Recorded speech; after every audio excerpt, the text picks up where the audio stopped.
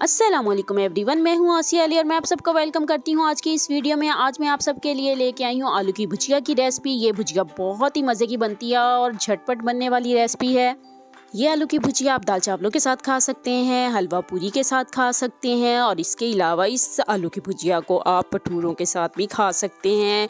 तो आइए आज की वीडियो स्टार्ट करते हैं जी। तो आलू की भुजिया बनाने के लिए हमें सबसे पहले आलू चाहिए। आलूओं को मैंने अच्छे से धो के उनका छिलका उतारा और उनको इस तरह से काट लिया।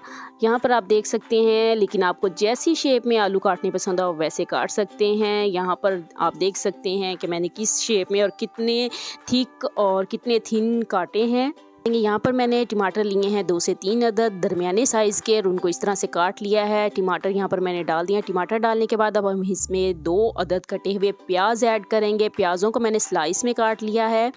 प्याज डालने के बाद हम इसमें ड्राई स्पाइसेस ऐड करेंगे। सबसे पहले हम कुटी हुई मिर्च के 2 चम्मच ऐड करेंगे। कुटी हुई मिर्च डालने के बाद हम इसमें नमक ऐड करेंगे और नमक तकरीबन हम इसमें 1 टेबलस्पून ऐड करेंगे। आप अपनी ज़रूरत के मुताबिक डाल सकते हैं।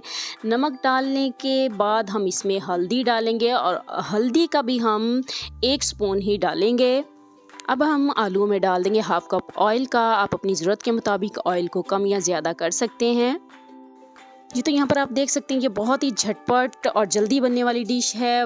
एक पॉट में ही हमने सारे स्पाइसेस को डाल दिया है, कोई अलग से हमने बर्तन इस्तेमाल नहीं किया। और अब इन तमाम स्पाइसेस को आलूओं में अच्छे से मिक्स कर देंगे जब तक आलू मिक्स हो रहे हैं। इसके बाद हमने क्या करना है वो मैं आपको आगे चल के बताती हूँ। जस्ट हमने इसको मिक्स करके चूल्हे पर रख देना है पकने के लिए 15 से 20 मिनट के लिए।